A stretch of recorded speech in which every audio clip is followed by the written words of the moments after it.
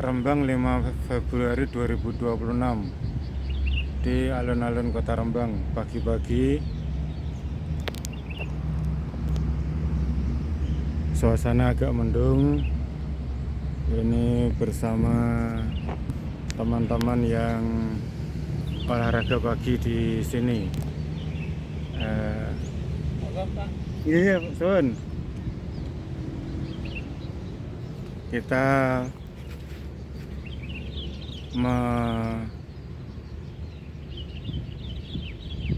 menyampaikan beberapa hal terkait dengan kunjungan kita di Bali kemarin. Ada oleh-oleh inspirasi yang kita dapatkan, termasuk diantaranya adalah tari kecak ya, dan desa adat Penglipuran itu ya, Penglipuran ya, yang memang dari awal kita nanti itu ya, kita nanti itu dalam kunjungan ke Bali selama 4 atau 5 hari itu kita dapat ya masuk ya, apa yang kita dapatkan di sana sesuai dengan yang kita inginkan. Untuk memperkaya, untuk melengkapi apa yang sudah kita lakukan sejauh ini terkait dengan PKBM Sekolah Kerja, terkait dengan Yayasan Sultan Ali Bumi, terkait dengan kalender Bahari Nusantara, Desa Adat Bahari, dan lain-lain ya. Bertahap namun mengarah ke tujuan. Kita melangkah pelan ya, tapi alhamdulillah mengarah ke tujuan. Satu hal dulu yang perlu saya sampaikan terkait tari kecak ya. Itu tari yang sangat bagus, sangat baik, merepresentasikan sebuah perjuangan yang di GWK saat itu ya, sore-sore jelang matahari terbenam itu menceritakan tentang perjuangan dalam ragam kisah Ramayana waktu itu, Ramasinta, di situ ada Anoman dan lain-lain ya. Tapi hal yang asli Bali ya, itu tentang Sang Hyang ya, tentang kepercayaan ya, perlunya orang untuk mendekat dengan kuasa ilahi untuk selamat ya, desanya dari mara bahaya, dari bala gitu, kekeringan, penyakit dan lain-lain ya, ataupun ancaman-ancaman dari pihak lain. Memang kombinasi sejarah dan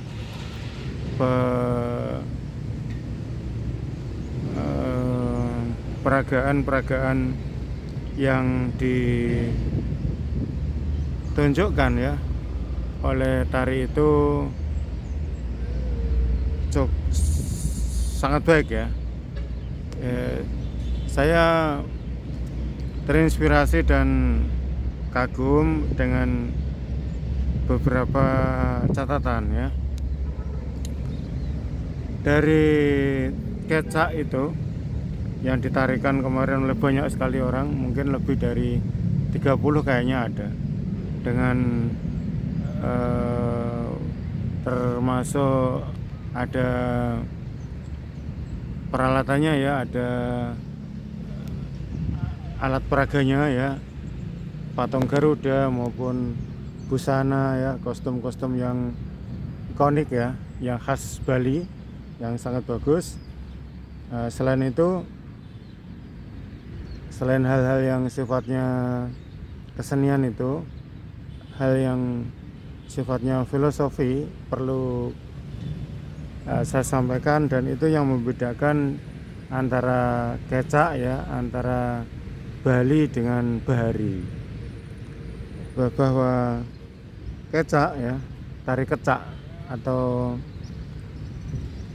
sanghyang atau apa ya, di dalam keseharian Bali, tari sanghyang atau ya kita sebut tari kecak gitu aja ya, bahwa tari itu memiliki basis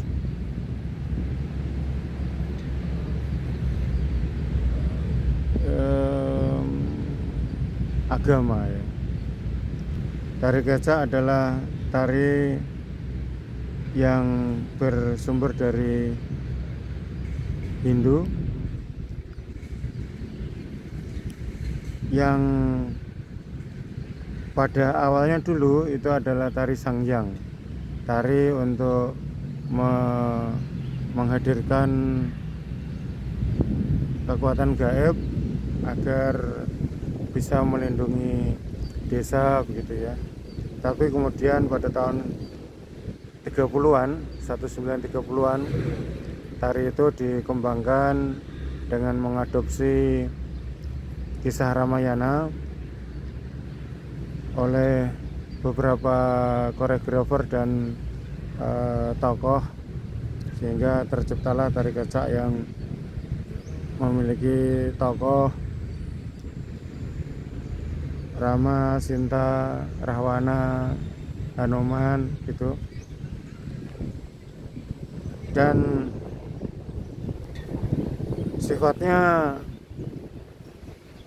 menjadi keagamaan ya, tetap menjadi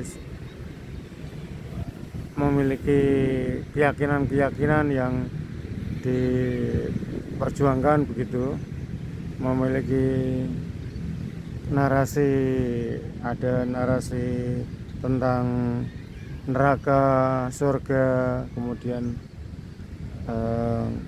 pertolongan kekuatan ilahi begitu ya, kira-kira seperti persoalan yang menimpa waktu itu ya. Di sana diceritakan tentang sang ibu yang terjebak oleh teka-teki dari penguasa, yang apabila bisa menebak ya, mungkin kalau zaman sekarang ya judel atau apa ya, itu kalau bisa menebak maka dia akan menang, kalau tebakannya keliru akan dijadikan budak begitu ya. Dan ternyata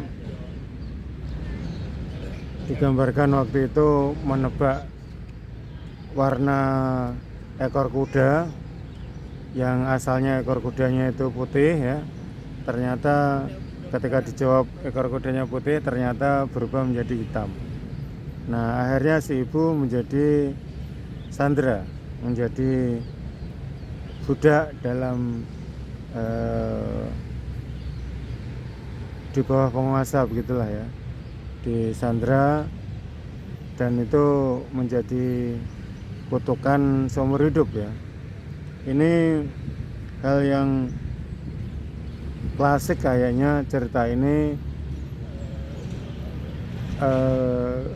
sebuah penderitaan di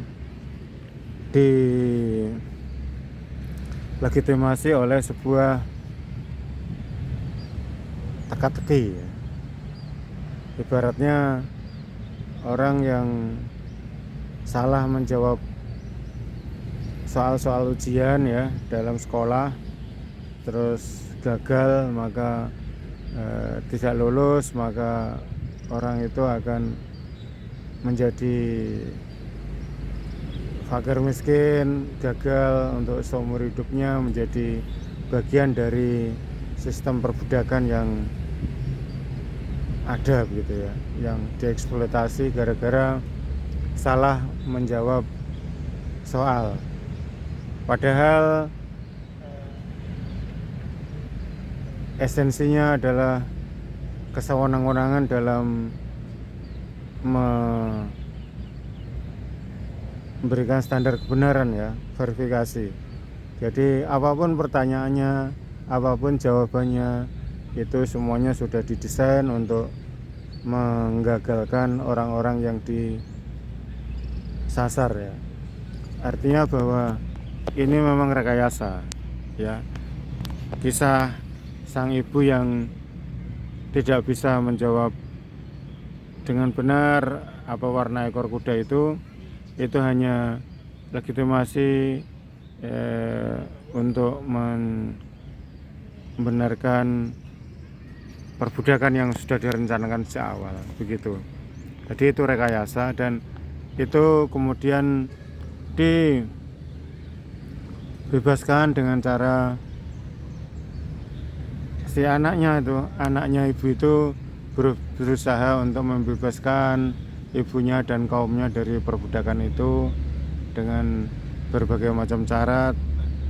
Di sini Garuda ya, sang Garuda itu si Garuda itu mencari cara dan kesana kemari bertanya untuk syarat-syarat membebaskan itu, yaitu dengan mencari tirta amerta begitu ya. Artinya air keabadian. Tirta itu air, amerta itu abadi, kira-kira begitu. Itu dicari sehingga ketemu dengan Wisnu.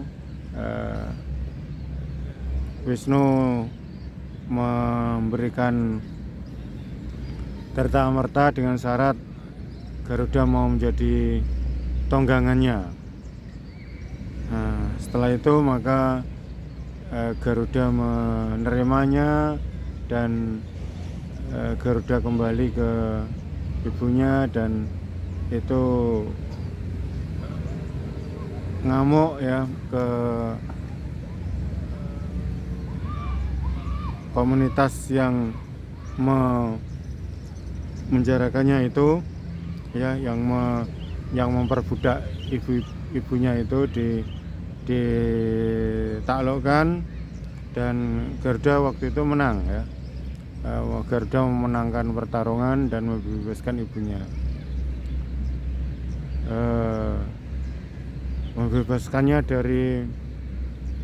dari gonggongan neraka, begitulah kira-kira yang kemarin saya lihat ya, neraka perbudakan itu. Dan ini membuat simbol-simbol yang ada di dalamnya terekspos, misalnya simbol-simbol makhluk gentayangan, kemudian simbol naga itu ada. Nah, ini yang kemarin kita dapatkan di dalam acara di Tari Kecak itu, dan dari sana saya mendapati pelajaran penting bahwa untuk sebagai inspirasi Bahari nantinya ada hal-hal yang diambil dan ada hal-hal yang diubah ya, tidak seperti itu. Kalau Tari Kecak ini memiliki kekuatan mitologi ya, yang sangat kuat, maka tari Bahari nanti tidak demikian ya, tidak demikian. Tari Bahari adalah tari yang menggambarkan perjuangan secara rasional ya, perjuangan yang pencerahan gitu ya, yang dan peradaban ya, bukan mitologi tentang adanya kekuatan surga neraka maupun kekuatan ilahi yang hadir gitu. Karena tari Bahari ini bukan tari agama, bukan tari agama seperti Tari Kecak, tetapi kita tari Bahari ini tari yang sifatnya tari kerja gitu ya, tari ilmu pengetahuan. seperti itu.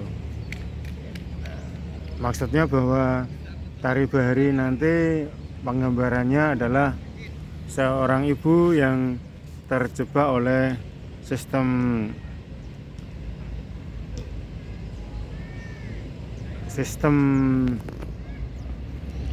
mitologi ya, mitologisasi ya, yang terjebak oleh dogma-dogma, ditakuti oleh segala macam aturan yang tidak membebaskan ya,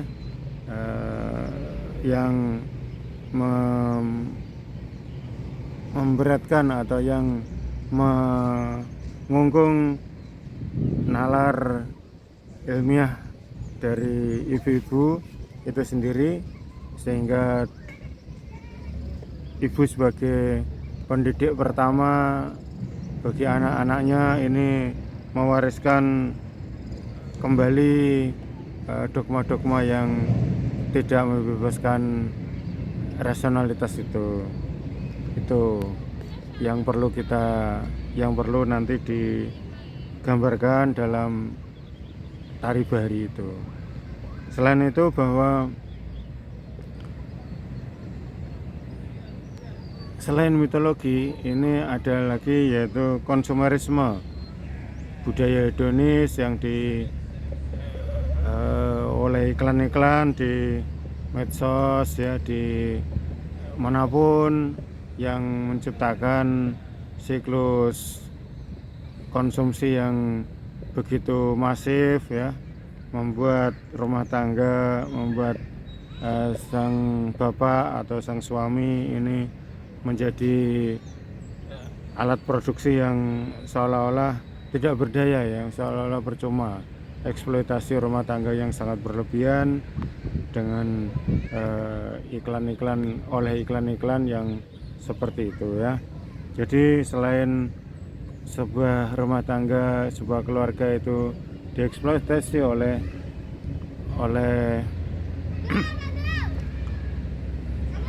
mitologi, oleh dogma-dogma, tetapi juga selain itu dieksploitasi oleh kapitalisme ya. Ini yang membuat berat beban kota, beban negara, yang kalau sudah kapitalisme itu kan sudah antar negara ya. Kalau sudah dogma-dogma itu juga sudah antar negara. Jadi kita sebagai bangsa, kita sebagai keluarga ini juga harus mengerti, perlu kita presentasikan ini sebagai tari bahari yang baik ya. Dan nanti untuk membebaskan itu, tokohnya ini nanti, Hanomannya itu nanti ya, yang menjadi Hanoman nanti bisa seorang guru atau bisa seorang pemuda. Nanti ini orang yang pada akhirnya akan mendengar apa yang disebut juga bahari begitu ya. Tapi bahari yang di masa di sini mungkin simbolisasinya bukan seperti botol atau seperti guci tempat air gitu ya.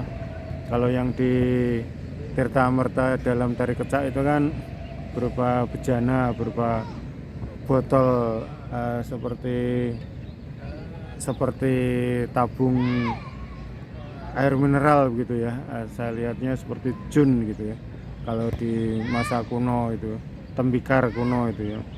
Tapi nanti bahari di sini bisa berupa sebuah buku atau sebuah kitab tentang, dan selain kitab tentu di situ adalah simbol-simbol yang kita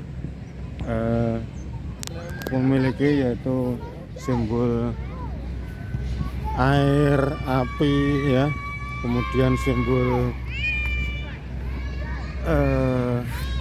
selain air dan api juga simbol benih ya, juga simbol daun-daunan atau tanaman gitu ya. Itu menjadi yang diperjuangkan oleh yang disebut bahari itu. Jadi tokoh utama yang jadi Hanoman itu nanti dia akan mencari simbol itu ya, mencari bukan simbol ya, mencari bahari itu. Ketika dia ketemu bahari, terus nanti dibawa pulang dan dibawa ke desanya, diajarkan ke masyarakatnya, dan dia mulai menanam biji-bijian yang kita berikan ya, dalam yang disebut bahari itu satu paket ya, airnya juga, tanahnya juga, tanamannya mulai kita semai gitu. Nah itu nanti sebuah desa yang sebelumnya tereksploitasi oleh penderitaan ya, oleh dogma-dogma yang sangat ya yang membebani begitu ya, juga oleh kapitalisme, oleh iklan, oleh macam-macam. Itu sebuah desa itu nanti akan menjadi desa yang terbebas, yang tercerahkan gitu, dan nanti akan menjadi ya desa bahari, itu akan menjadi desa adat bahari. Itu yang bisa filosofi yang nanti kita berikan, yang kita sematkan dalam tari bahari ya. Memang konsepnya nanti akan dimainkan oleh banyak orang, mungkin sama juga dengan yang di tari kecak itu, mungkin antara 25, 30 atau lebih mungkin, banyak orang, atau mungkin juga versi sedikit nanti bisa dengan adanya lagu-lagu bahari yang dimasukkan di situ sebagai penghias, sebagai ya akan interaktif nanti antara penonton maupun penari. Dan mungkin simbol-simbolnya kalau tidak menggunakan Garuda ya nanti menggunakan bintang dan bulan dan bintang, nanti akan disimbolkan sebagai mungkin Garuda juga bisa sebagai simbol matahari, dan bulan itu disimbolkan dengan penyu atau disimbolkan dengan ikan ya. Nanti itu akan kita, atau kalau bukan Garuda ya burung elang atau apa gitu ya, yang familiar di masyarakat kita ya, yang bukan bersifat mitologi tetapi yang mewakili angkasa, yang mewakili air gitu ya. Nanti bisa disusun lagi dengan lebih baik di konsep, dengan melibatkan mungkin teman-teman ISI Jogja, tempat kita ngajar ya, tempat kita di sana banyak talenta-talenta yang sangat baik di Sender Tasik. Atau nanti harapannya akan satu saat akan bisa ditarikan di alun-alun Kota Rembang ini, di sini ini, atau ya jelasnya tetap di sekolahan ya, sekolahan tetap kita tarikan ya. Mungkin juga bukan hanya murid PKBM saja, tetapi murid-murid yang lain dari sekolah-sekolah yang lain. Itu yang bisa saya sampaikan tentang tari kecak. Dan selanjutnya untuk desa adat Penglipuran, memang yang juga perlu kita susun. Saya nggak tahu bisa tuntas nanti atau bagaimana, yang jelas kita gambarkan lah ini pelan-pelan. Kita nanti susun tim untuk kita diskusikan, untuk kita berikan ya, inspirasi itu perlu ada lah di Kabupaten Rembang ini, dan memang sudah sejak lama kan kita udah sampaikan bahwa salah satu tujuan kita ini adalah menyusun desa adat Bahari, sebuah desa adat yang menerapkan kalender Bahari dan cita-cita Bahari. Semuanya kita kembangkan di sini agar ini jadi lebih baik, kota ini bisa lebih maju dan bisa menjadi percontohan untuk pengembangan desa adat Bahari. Desa adat yang bagus lah ya. Mungkin bisa di Tanjung Sari, Waru ya, di sepanjang Sungai Karanggeneng itu, Tasa Agung, Sumberjo, atau nanti bisa di tempat lain ya, di lereng gunung Lasem atau di kawasan kepulauan, kawasan pulau-pulau di Kabupaten Rembang. Ya, itu yang saya sampaikan di pagi ini sepulang dari perjalanan study tour di Pulau Dewata Bali ya, bersama teman-teman Forum PKBM Kabupaten Rembang sebanyak 50 orang.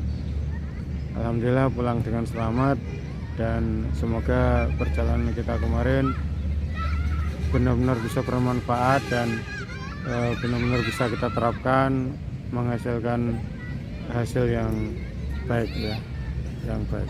Terima kasih, siap maju terus, bismillah.